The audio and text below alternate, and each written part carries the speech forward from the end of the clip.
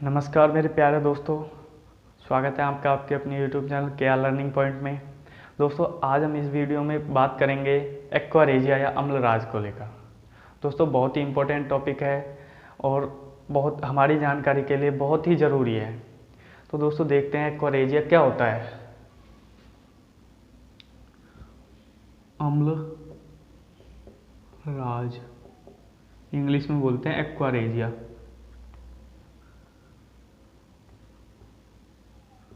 Aqua regia, ध्यान रखना दोस्तों, अम्लराज और अम्लों का राजा ये दोनों अलग अलग होते हैं। देखो अम्लों का जो राजा होता है वो होता है H2SO4, अम्लों का राजा। ध्यान रखना, अम्लों का राजा होता है H2SO4 और अम्लराज जो है ये एक अलग पदार्थ है और H2SO4 ये अलग पदार्थ है। तो इन दोनों नामों से कंफ्यूज मत होना, ठीक है। तो हम देखते हैं अम्लराज क्या होता है।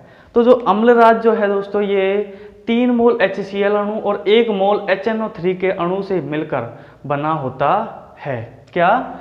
यह 3 मोल HCl अणु, HCl के अणु और 1 मोल HNO3 के अणु से मिलकर बना होता है। देखो HNO3 को हम बोलते हैं नाइट्रिक अम्ल, नाइट्रिक अम्ल, ठीक है। और HCl को बोलते हैं हाइड्रोक्लोरिक अम्ल, हाइड्रोक्लोरिक अम्ल। अब दोस्तों एक बात सबसे पहले ये बता दूं आपको कि जो अम्लराज है या एक्वारेजिया है ये किन किन से मिलकर बना होता है। इसका निर्माण 3 मोल HCl के अणु और 1 मोल HNO3 के अणुओं से मिलकर बना होता है। क्या? 3 मोल HCl और 1 मोल HNO3 का जो यौगिक हैं या अणु हैं ये आपस में मिलते हैं और मिलकर किसका निर्माण करते हैं? अम्लराज या एक्वारेजिया, एक्वारेजिया। क्लियर? अब देखो दोस्तों एक सबसे मेन कंफ्यूजन क्या रहती है, कभी कभी कंपटीशंस के एग्जाम में ये पूछ लिया जाता है कि जो एक्वारेजिया है या अम्लराज है ये किन किन से मिलकर बना होता है। तो दोस्तों ये तो हमें पता होता है कि जो अम्लराज है ये 3 मोल HCl के अणु और 1 मोल HNO3 के अणु से मिलकर बना होता है। लेकिन मेन जो बात है, कंफ्यूजन की जो बात है वो क्या है कि पेपर में क्वेश्चन में जो ऑप्शन है उनमें इनकी अवस्थाओं को और साथ दे दिया जाता है, अवस्थाओं को। और वो अवस्थाएं कैसे? तनु या सांद्र की ऑप्शन में दे देते हैं। एक ऑप्शन में क्या क्वेश्चन दे देता है, क्या दे देता है?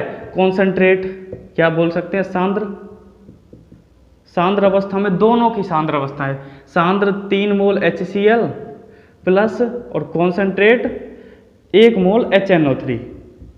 एक ऑप्शन में तो ये दे दे और दूसरे ऑप्शन में क्या दे दे दोस्तों? लिक्विड, लिक्विड 3 मोल HCl प्लस लिक्विड, लिक्विड 1 मोल HNO3। अब दोनों ऑप्शन सेम हैं लेकिन सबसे मेन जो इनमें डिफरेंट है वो क्या है? इनकी अवस्थाओं में। क्या है? अवस्थाओं में डिफरेंट है। कैसे? कि भाई देखो ये तो हमें पता है कि एक्वारेजिया का निर्माण 3 मोल HCl के अणुओं से और 1 मोल HNO3 के अणु से मिलकर बना होता है, लेकिन हमें ये नहीं पता कि इनकी जो अवस्थाएं होती हैं या ये दोनों पदार्थ किस अवस्था में लिए जाते हैं जिसमें इनको मिलाकर अम्लराज बनाया जाता है। तो दोस्तों सबसे मेन बात है, ध्यान रखना कि जो ये HCl और HNO3 है, हाइड्रोक्लोरिक अम्ल और नाइट्रिक अम्ल है, इन दोनों को हमेशा सांद्र अवस्था में लिया जाता है। कौन सी? सांद्र, या बोलते हैं इंग्लिश में कॉन्सेंट्रेट। ध्यान रखना दोस्तों, तो यहां पर हम लिख देंगे कि सांद्र, सांद्र या कॉन्सेंट्रेट, सांद्र 3 मोल HCl अणु और सांद्र 1 मोल, कॉन्सेंट्रेट लिख दें या सांद्र लिख दें, सांद्र 1 मोल HNO3 के अणु। तो ध्यान रखना इन दोनों की जो अवस्थाएं ली जाती है वो हमेशा कैसी ली जाती हैं? सांद्र अवस्था में, ना कि तनु। तो ऑप्शन में हमको यदि ये आ जाए कि एक्वारेजिया का निर्माण किन किन से होता है तो एक ऑप्शन में होगा कॉन्सेंट्रेट, एक में होगा लिक्विड या तनु, ठीक है। तो आपको जो ऑप्शन क्लिक करना है या जो सही वाला ऑप्शन है वो क्या होगा? सांद्र 3 मोल HCl के अणु और सांद्र अवस्था में 1 मोल HNO3 का अणु आपस में मिलकर किसका निर्माण करते हैं? एक्वारेजिया का निर्माण करते हैं।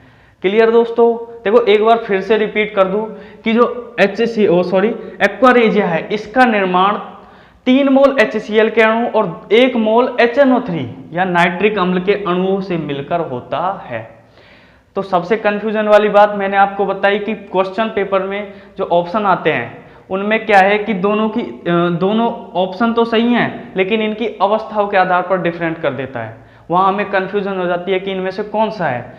तो मैं आपको बता दूं फिर से कि जो ऑप्शन सही होगा वो कौन सा होगा, कॉन्सेंट्रेट वाला, सांद्र अवस्था में। मतलब HNO3 और HCl इन दोनों की जो अवस्थाएं ली जाएंगी वो कैसी ली जाएंगी, सांद्र या कॉन्सेंट्रेट। ये दोनों कॉन्सेंट्रेट या सांद्र अवस्था में लिए जाएंगे और दोनों के मिश्रण से किसका निर्माण किया जाता है, अम्लराज का। क्लियर?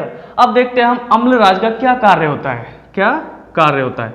तो दोस्तों अम्लराज जो होता है ये जितने भी नोबल मेटल्स हैं या नोबल धातुएं हैं, क्या, जितनी भी नोबल धातुएं हैं, नोबल मेटल या अक्रिय धातु, अक्रिय धातुएं होती हैं, इन सभी को ये अपने आप में डिसॉल्व या विलय कर लेता है। ध्यान रखना दोस्तों, जो एक्वारेजिया या अम्लराज है इसका मुख्य जो कार्य है क्या है, ये जितनी भी नोबल मेटल्स हैं या नोबल धातुएं हैं या अक्रिय धातु हैं, कौन कौन सी, जैसे Au है, Ag है, मतलब गोल्ड, सिल्वर, प्लेटिनम ETC, ठीक है।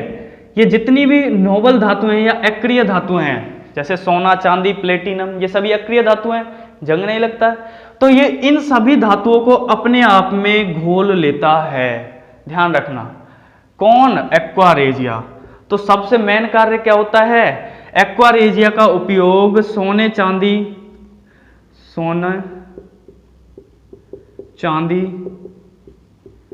प्लेटिनम आदि इन सभी की सफाई या बोल सकते हैं हम जितने भी गहने हैं या जितने भी जेवराती धातुएं हैं उन सभी की साफ सफाई में किसका उपयोग किया जाता है, एक्वारेजिया या अम्लराज का उपयोग किया जाता है।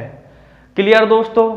जो एक्वारेजिया है ये जितनी भी अक्रिय धातु हैं या नोबल मेटल्स हैं उन सभी को अपने आप में घोल लेता है।